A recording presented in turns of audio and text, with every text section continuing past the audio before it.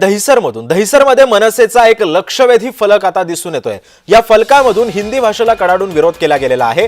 कुठे गेले मराठी अभिमानाचे चेहरे असा सवाल या फलकातून उपस्थित करण्यात आलाय। मराठीच्या गळचेपी विरोधात फक्त मनसेच लढतीये आणि असा सुद्धा संदेश, असा तुझा एक जो मथळा आहे तो सुद्धा तिथे देण्यात आलेला आहे। मनसेचा फलक नेमका आता कुणाच्या निशाण्यावरती आहे, या फलकावरून कुणावर निशाणा साधला आहे हे देखील अद्याप कळू शकलेलं नाही। दरम्यान मनसेच्या आतापर्यंतच्या निवडणुकीमधली कामगिरीवरती जरा एक नजर टाकूया ग्राफिक्सच्या माध्यमातून। 2007 ते 2009 महानगरपालिका 12 नगरसेवक निवडून आलेले होते। त्यानंतर 2006 ते 2009 मध्ये विजयी जागा या 45 होत्या। त्यानंतर मतांची टक्केवारी होती 5.87%।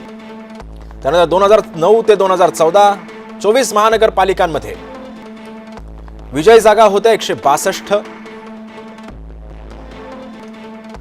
मतांची एकूण टक्केवारी होती 12.43%। ही सर्वोत्तम कामगिरी होती। त्यानंतर 2014 ते 2019 मध्ये महानगरपालिकेमध्ये 14 जागा होत्या।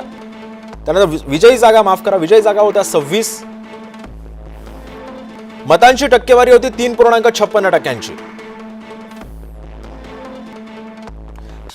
त्यामुळे आगामी महानगरपालिकांच्या निवडणुकीमध्ये आता मनसेला नेमकं कशा पद्धतीने मनसे समोर जाणार, या निवडणुकांमध्ये मनसेची कामगिरी आता कशी होते हे देखील पाहणं महत्त्वाचं असणार आहे।